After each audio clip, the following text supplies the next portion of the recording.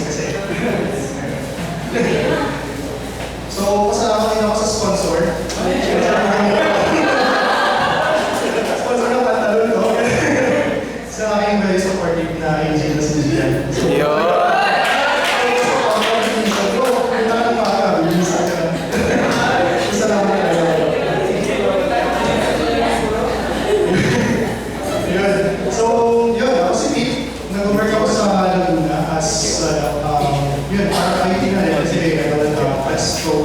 developer sa electronics. So, sabi ko, ECE rin ako dati. So, pero ito na nag-graduate. Pero ECE ako, nag-graduate ako tapos sa CLS, nag-graduate ko na last year. So, fresh na fresh. Again, fresh na fresh. Bago ba? Ayun, so, good evening. I-share ko lang talaga ngayon sa aking kung paano ko na-encounter yung sa aking Christian life, kung paano ako nag-journey, paano ako nakarating dito sa Manila, kasi nakayo. Ako, lumaki ako sa probinsya, nakita ng Iloilo, tapos nag-work ako sa bagay, doon po na nakilala yung Iloilo. Pero dito na ako nag-CLS sa May Manila. Dito na rin ako nag-grow spiritually, dito na rin ako na nag-guide ang aking mga leaders kung paano maging isang simpleng Christian, isang simpleng tagalog ng Diyos. So here, I was raised and born in the province, and my Christian faith was well supported by my family.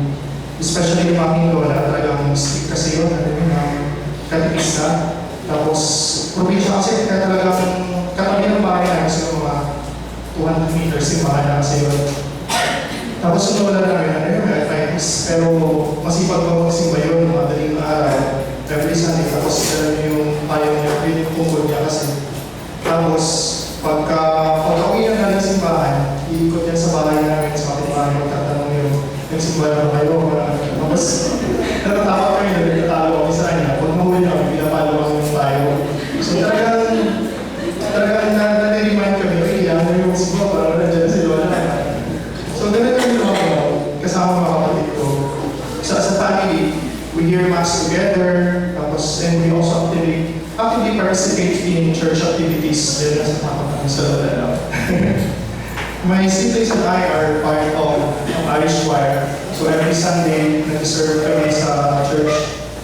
Yun yung aming regular service. Kasama yung mga kapatid ko, mga kaibigan.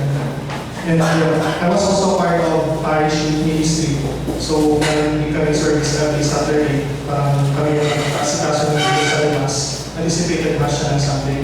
So it looks like that Saturday and all of my weekends are fully booked sa church activities. Ganun yung magiging journey ko lang. And I could say that my weekends are really fully booked. And parang nung nag-serious ako, may isang tanong kasi kung what does it mean to be a Christian? Tapos din ako sa sarili ko, Christian na ba ako? Hindi naman palagi ako sa simbahan. Parang, naisip ko siguro bigla na, siguro, parang pero parang yun lang, parang pa-happy ako na siguro nga. Pero alam mo naman yung mga sa mga talk. Parang before kasi I attended the CLS of Nicol, for me, parang Christian is, syempre, Christian doon yung nakakilot yung pangalan ni God, Jesus Christ. So, siguro ganun, Jesus is God, parang alam ko lang na si Jesus ay ang Panginoon. So, Christian siguro ako, parang ganun yung sabi ko sa sarili. That I memorize yung mga prayers, follow the Ten Commandments, and yun nga, mag-attend ng Mass palagi. So, parang, sige, pa-check ako na ng simbahan, parang simba lang ako, or dahil sa kailangan ko sumimba, or parang gano'n. So, those are my understanding before, and I know, so tama naman yun. But there's one thing that the CLS taught me that I had before, and that is to have a personal relationship with the Lord. Kumbaga, doon nila pinagiging sa akin kung sino talaga si Jesus, sino talaga si God sa buhay ko, sa buhay namin lahat. To put meaning why I do those services before, on why do I have to attend Mass, to see things not as an obligation, but because of love for the Lord. So parang, ginagawa ko yung mga bagay na yun, parang sa kasi last ko lang na parang pinagpili sa akin na, you do those things na because obliged ka gawin yun, pinamang gawin yun, dahil sa takot ko sa lola ko siguro para, pero hindi, you're doing those things and you sustain nasustain kong gawin yun, dahil hindi dahil sa obligasyon kong gawin yun, kundi dahil sa longing ng pagmamahal ng Diyos. Saka yung alam mo, yun yung way na pag-express ng pagmamahal sa Kanya. So my CS journey was an awakening for me, and having a renewed relationship with the Lord. The way I see things change for the better. The way I speak, and the way I live. So parang noon, lalo na ako kasi hindi ko medyo hindi ako mag-online games, hindi ko maglaro. Parang maraming kalaban sa parang hindi pa iwasan talaga yung isa, mapapamura ka talaga sa galit. Lalo pag tumalong kasama mo. So,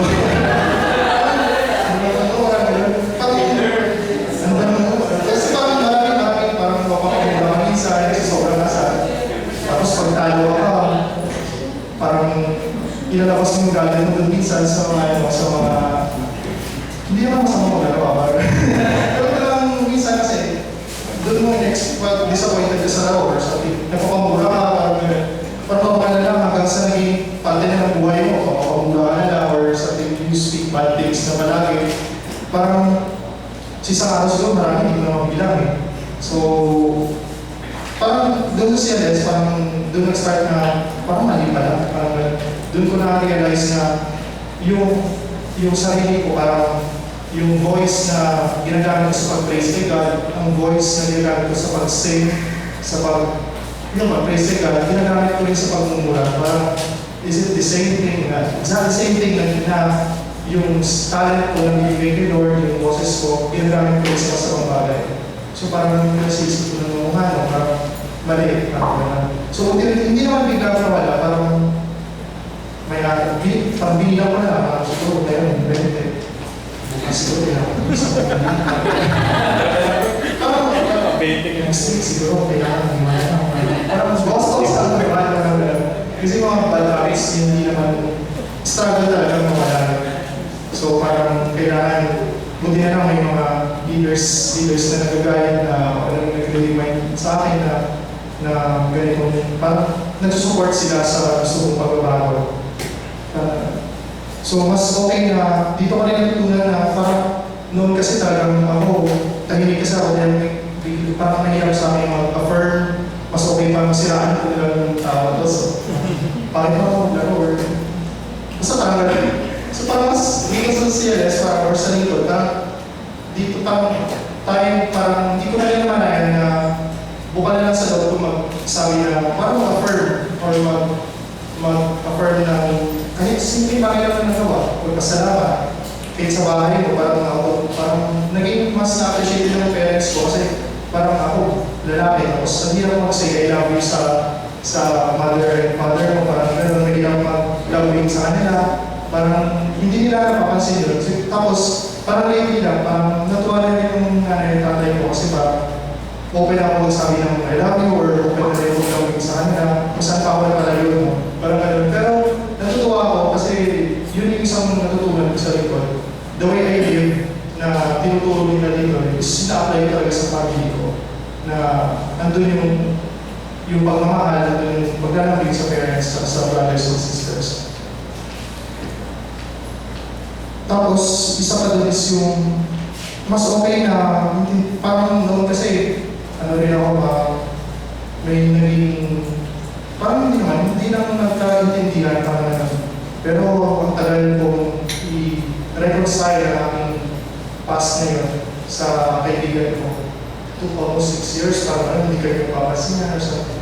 Pero eventually, nung nakilala ko na si Lord, parang sinabi niya sa akin na parang si Lord is a big example of pagmamahal. So instead na galit yung ibigay mo, just give love na parang kasi parang yung naging medium na naging okay ako sa parang yung okay din ako sa kaibigan ko na yun for matagal ko lang hindi nakakausap or parang nakikita ko kung pulo na yung parang. So, it's a good journey for me nung nag-CLT ako nung CLS. Pinakilala sa akin ni Lord yung kanyang love. Tapos, yun yung mga bagay na mga natututunan ko. Eventually, parang hanggang ngayon, continuous pa rin, may mga struggles.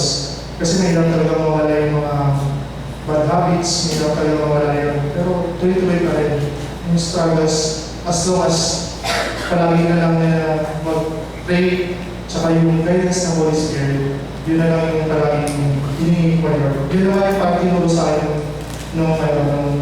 nung nag-start na ako dito na continuous communication with the Lord.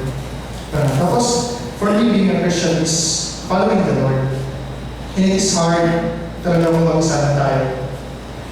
Ang hirap imagine mo, parang, for example, ang hirap. Kasi ang hirap maraming struggles, maraming temptations, ganyan. But you have these people around you, yun, mga brothers and sisters, katabi mo, yun, kinamulawin mo. And around you, having the same goal, having the same goal and purpose, the fun starts. So, yun ang yung masashare ko.